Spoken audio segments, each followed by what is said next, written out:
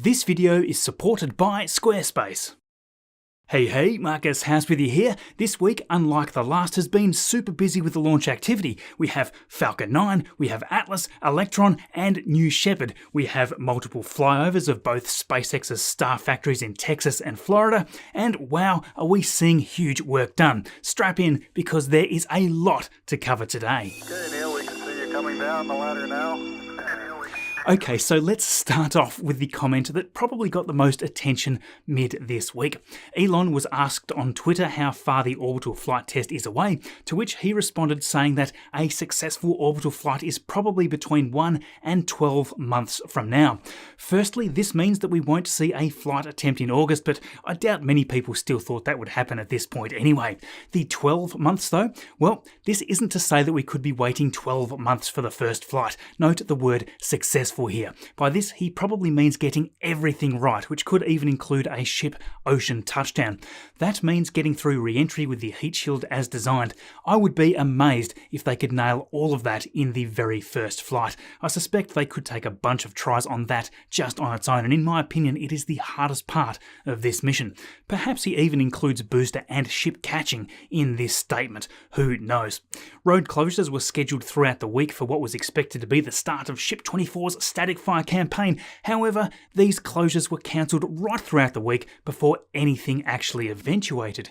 Never fear though, we look to have a huge week coming. Booster 7 is heading back out to the pad to static fire the full set of 20 engines. It was rolled down to be lifted onto the orbital launch mount just hours before this video was published, right before a hydraulic line on the chopstick arms burst. Yes, little hiccup there, but hopefully only a minor interruption.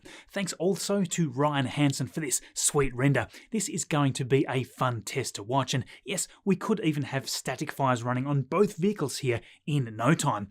And even with a lack of fire activity this past week, there has been plenty of work still going on around Starbase Texas. Take the orbital tank farm as an example. A lot of upgrades have been going on here. New pipework arrived the week prior, shown by NASA spaceflight, and as captured this week by RGV aerial photography, we can see that this has now already been installed on the liquid oxygen side of the tank farm. Here it is now compared to the previous flight. This is the liquid oxygen pumping and super chilling system, and up until now we've just had the 2 pumps here installed, and 2 others to be fully integrated soon will double this capability, with the possibility to integrate a 5th pump down the track. I've been expecting to see more kettle boilers installed here too, but the stands still sit here empty. As you can see, SpaceX could include 4 more kettle boilers for a potential total of 8. Over on the methane side, this pump was removed and should hopefully be replaced soon. It isn't the first that we've seen these taken away. A bunch have disappeared and others installed over the course of many months. Now, I'm not so sure if we see them being removed here due to them having an issue, or whether they're being just moved off for another reason entirely. From the opposite side of the farm, we can see pipework for the new tank configuration has been painted, the assumption still being that these old methane tanks are being converted to store water. Now, while we're here, you may have noticed that these RGV images are even more detailed than before. Yes, Mauricio has just got his hands on a brand new camera, so expect to see a fresh wave of super detailed discoveries over the following months. The booster quick disconnect on the Can Crusher began being assembled on Tuesday after it was taken down to test the B7.1 test tank. This indicates that a full-scale booster will likely be taking residence on the Can Crusher next. Speaking of the test tank though, after being stress tested the weeks prior, it has undergone repairs, it seems, within the mid-bay. You can see it here with scaffolding on it. Most likely SpaceX are fixing the interstage ring here that broke in the last test. Now, I think that this provides a strong argument to assume that there may be a test to destruction to come. Always exciting to watch. At the launch facility, the brand new Raptor servicing platform was lifted off its transport stand and raised up to the top of the orbital launch mount for the first time. It is raised via these chains hooked to the bottom of the launch table. This picture very clearly shows that this work platform is first hoisted up to the working height with the chains, after which it is secured with pins to the launch mount so that it is then locked in place. As talked about a few weeks ago, this should help greatly with servicing the Raptors while a booster booster is on the pad. You can see it very clearly raised here from the RGV flight. This shows that it is not only very helpful for vehicle servicing, but also for general work required on the orbital launch mount itself. If we now head over to the build site, in the Mega Bay, Booster 9's methane tank was lifted onto the turntable for its final stacking to 13 rings in height. Now just take note here of a new stacking method which is being introduced. This involves strapping the two sections to be stacked together and then lifting them up as one onto the welding turntable. You can see a visible gap between the two right here. This should help a lot with the amount of bridge crane moves required for each stack, as each section won't need to be lifted onto the turntable individually. That should help quite a bit with the production speed. Ship 25's progress also continues steadily along, with the aft section being moved into the high bay for stacking with the common dome and the middle liquid oxygen section. Nearby, we see some awesome progress once again on the Star Factory. If we go back to June, we can see that the internals of it wasn't really being worked on too much yet. Insulation was being added to the back wall, but apart from that, it was mainly a big metal framework. If we then fast forward in time to mid-July, we can see that SpaceX began adding this extra metal bracing to the vertical pillars. Just 3 days later, a new beam structure appeared, and that was also welded to the pillars. This structure was further expanded and added to each of these three areas. This picture here shows it from the back. So why am I telling you all this? Well, this week these two units here were delivered. Soon after, they were lifted up onto the beam structures as seen here by Starship Gazer, showing the true purpose of these additions. These are bridge cranes, and they provide a great advantage over other types of cranes, as their support structure can be nicely integrated into the existing building, completely freeing up the floor for all other systems. Currently, SpaceX uses a lot of gantry cranes which have the downside of requiring rails and other support structures at ground level. They are already using bridge cranes a lot, of course. Booster 9's methane tank lift discussed earlier, for example, was performed by a bridge crane inside the Mega Bay, and they also have one inside the High Bay as well. It is awesome to see all of this flexibility being built right into the Texas Star Factory. Now let's just head all the way over to Starbase in Florida. And what do we see here? Yep, there are a lot of similarities, as you can see, thanks to Greg Scott and Fariel. The beams are already being painted white, just like the Star Factory in Texas. It also looks like the first part is already fully finished, with construction of the main roofing segments. If we look slightly to the side, we can see that the concrete flooring is continuing at a nice rapid pace for the second segment of the Star Factory as well.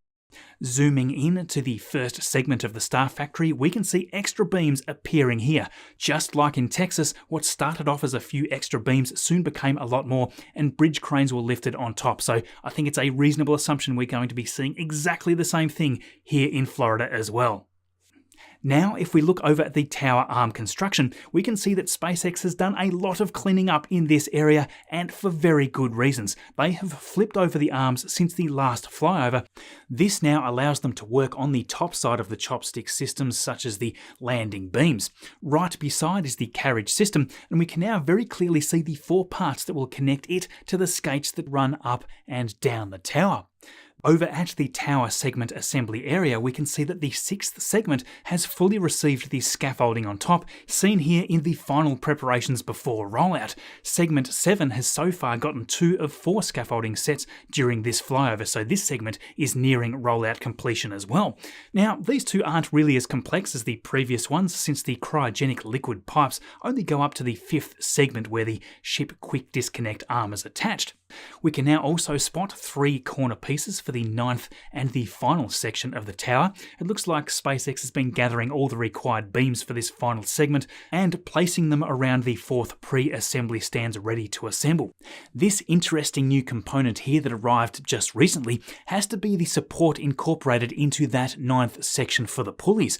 The wire rope there raises and lowers the tower arms. Speaking of which, 2 big spools of what look like the wire rope for the drawworks has also arrived, so everything really is arriving in force. If we quickly head over to the high bay foundations, we can see that the concrete pouring has been finished for the side walls, and crews have already begun to dig down around it to prepare this area for other required foundations. Over at Hangar X, we can see 3 Falcon 9 boosters soaking up some sunlight here. From top to bottom, these are Booster 1073, which should be launching a Starlink mission early next week, 1058 and 1060. So now we're going to head over to 39A to see some pretty amazing updates as well. More on that in just a second, but before that, a big thank you to Squarespace for sponsoring this video. Do you need a website? Well, Squarespace is the easiest way to make your beautiful online presence for your business. You can even use it to sell products with the terrific inbuilt e-commerce systems.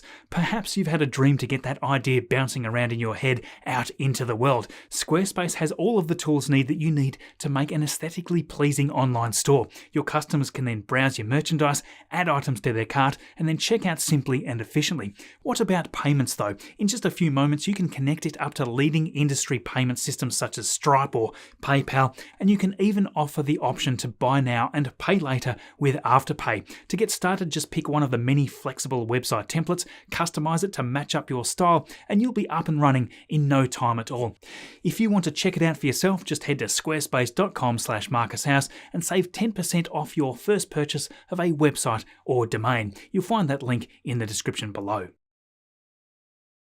So yes, Greg Scott picked up some great insights from 39A. As we can now see, 2 new horizontal tanks have been placed right between the mystery tank structure and the launch tower. What these will contain, I'm not yet sure. It could be for liquid nitrogen, perhaps liquid methane, but what is more interesting, I think, is here. SpaceX is preparing the massive rings of the mystery tower to be stacked. Literally hours later after this flight, up the first set of rings went. Now today, I've just got to share this with you as well. Here he is, Joe Barnard, after having been continually evolving and perfecting his model rocket skills, landing a freaking rocket like a Falcon 9. How about that? And I might add, he's done this with solid propellant motors. That is a lot harder than using liquids, since those can't be throttled as easy as a liquid rocket engine. Over the last 7 years, this has been a busy, expensive, and I'm sure at times a very frustrating journey to get to this point. But to nail this huge milestone, I tell you, it is just incredible. Congratulations there, Joe. So, why is this related to Starship news, you may ask? Well, now that Joe has perfected that, one of the future challenges is to create a model SpaceX Starship and booster and take it to the next level. This is going to be a really fun journey to watch, so yes, do check out the full video on the BPS Space channel in the description and subscribe to him there if all of that appeals to you. It certainly does to me, so thanks for supporting Joe there, and of course for supporting what I do here on this little channel of mine. Couldn't do it without you. So, South Korea just launched their first lunar mission. The Korean Aerospace Research Institution's Danuri, or the Korea Pathfinder Lunar Orbiter, was launched on Thursday from Cape Canaveral on a Falcon 9. This one booster, 1052, flying now for the 6th time. First as a Falcon Heavy side booster for Arabsat 6A, its second mission with STP-2 in 2019, after which it was then converted into a Falcon 9 booster and flown 3 times in 2022 before this mission. This is Korea's first mission that is going to travel beyond Earth's orbit. Danuri will undergo several months of orbit transfer to finally arrive at the moon this December, very similar to what Capstone is also currently doing. It will then perform 5 lunar orbit insertion burns to achieve its final mission orbit. From here, the exciting part of the mission. It's going to conduct scientific investigations of the lunar environment, record topography and resource information, alongside identifying potential landing sites for future missions. Interestingly, its study of permanently shadowed areas of the moon is going to provide great information about the terrain and the water available in those areas. Who knows what data could be uncovered here to help plan future crewed and robotic missions. The endeavour is also going to help lay the path for future Korean and international lunar missions, and really this is just the beginning for South Korea's lunar exploration program, because they are also planning to launch another lunar orbiter, a lander and a rover, all in this decade. United Launch Alliance launched an Atlas V in its 421 configuration this week, this being the sixth and the final space-based infrared system geosynchronous Earth orbit missile detection and early warning satellite for the US Space Force's Space System Command. Man, was that a mouthful. Now that one of course was hurled off the pad at Slick 41 at Cape Canaveral Space Force Station. At 94 seconds into flight, the two GEM 63 solid rocket boosters were jettisoned, always a beautiful shot, and then after that the stage separation, fairing jettison, and the Centaur upper stage had a total of 3 engine burns to eventually reach a performance optimized geosynchronous transfer orbit. This orbit at separation has a perigee of approximately 5,200 kilometres and an apogee up around 35,300 kilometres. The spacecraft separation occurred at just over 3 hours after liftoff, and United Launch Alliance as part of the mission had ended here about an hour later after the Centaur upper stage safed itself, essentially meaning that it depressurised and vented off any leftover fuel. So yes, congratulations there United Launch Alliance on yet another awesome mission. Now on Thursday the 4th, it was time to head back to New Zealand's Mahia Peninsula Launch Complex 1 and Pad B. Here we have the second part of the dual launch contract awarded to Rocket Lab by the National Reconnaissance Office, all in partnership of course with the Australian Department of Defence, hence these pretty cool looking mission patches.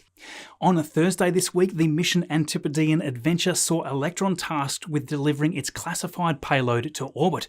With a determined effort to launch on Tuesday, high winds eventually won. It was a scrub. Peter Beck summed up the conditions pretty well right there. So here we were 48 hours later with much calmer conditions this time. Countdown proceeded as planned with a picture-perfect liftoff at 5 PM local time. Electron made its rapid ascent with the dusk light quickly turning to night, and all the usual events happened here in rapid succession. Stage separation followed by the fairings being released, and that was pretty much where the coverage ended at the NRO's request. About 3 weeks ago now, we touched on part 1 of this dual launch contract for the National Reconnaissance Office and their NROL 162 mission on July the 12th.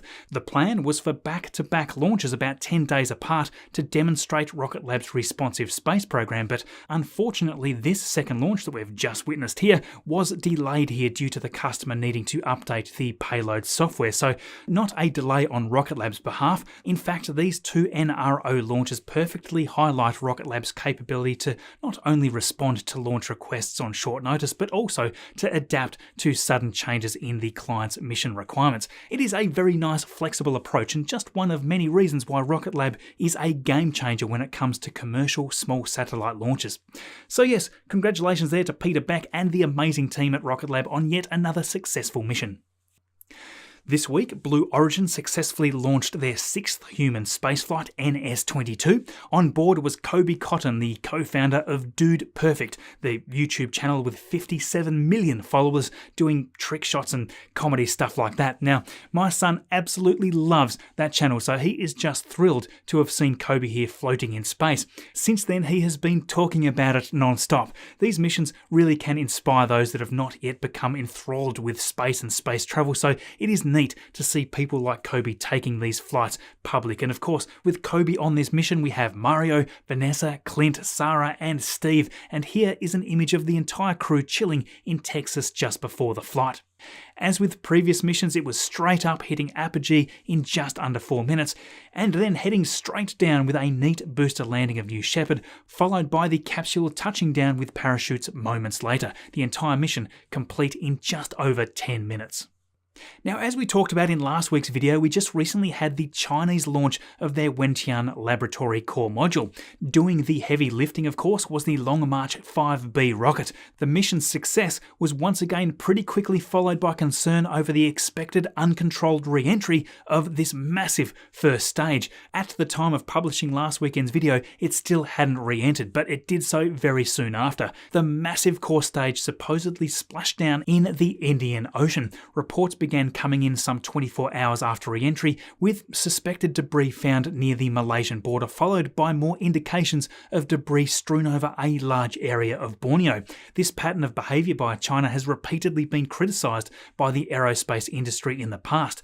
NASA's Administrator Bill Nelson here emphasising the importance of spacefaring nations following best practices so as to avoid the loss of life and property. Until China implements a means by which these mammoth 22-ton pieces of space debris can be actively deorbited, the international community continues to be a little on edge after each launch. The third module of China's space station will launch later this year, so we can expect to see more nervous tweets and media stories to follow, given China's approach continues to be lobbing these massive hunks of metal into low Earth orbit and then just letting it land wherever it lands. For smaller components, space debris can still on rare occasions pop up on the ground. Interestingly, one such event made news here in Australia. This much smaller debris has been confirmed to belong to SpaceX, likely the Crew 1 trunk section. It made land with one piece burying itself like a javelin on a sheep farmer's property, as published here by Dr. Brad Tucker. This is a super rare event, and these could be the largest pieces of space junk in Australia since Skylab in 1979. Now, SpaceX try very hard to ensure that debris is discarded responsibly, as we all know, but even with all that attention to detail, smaller debris impacts can still happen. With the future Starship vehicle being completely reusable, that problem is mitigated even further. Yet another reason why we all watch the Starship story evolve each week with such enthusiasm. So yes, what did you think about this week? Progress towards the orbital test flight has been a little slower than we had hoped in regards to static fire testing, but just so much progress in every other way. A bit of a mixed bag really, so thank you for watching all of this way to the end here. That helps keep those YouTube robots out there happy. Big thanks as always to you amazing members and patrons who make it possible to cover all of this each weekend. If you would also like to help the team and I out, that gives you a few neat perks like ad-free copies of these videos sent out, as well as exclusive access on our Discord server for our post-production house discussions. We also have a whole host of merch out there for you too. Clothing, accessories, mugs, caps, and all sorts of stuff if you like these designs. Links to all of these methods of support are right there in the video description below. Now, just a quick reminder, if you happened to miss the deep dive video last week, does NASA and SpaceX's plan with Artemis make sense? We dive right into that, which is the tile here in the bottom left, and on the right, other deep dive videos that you may have missed. Have an awesome weekend, and I'll see you all in the next video.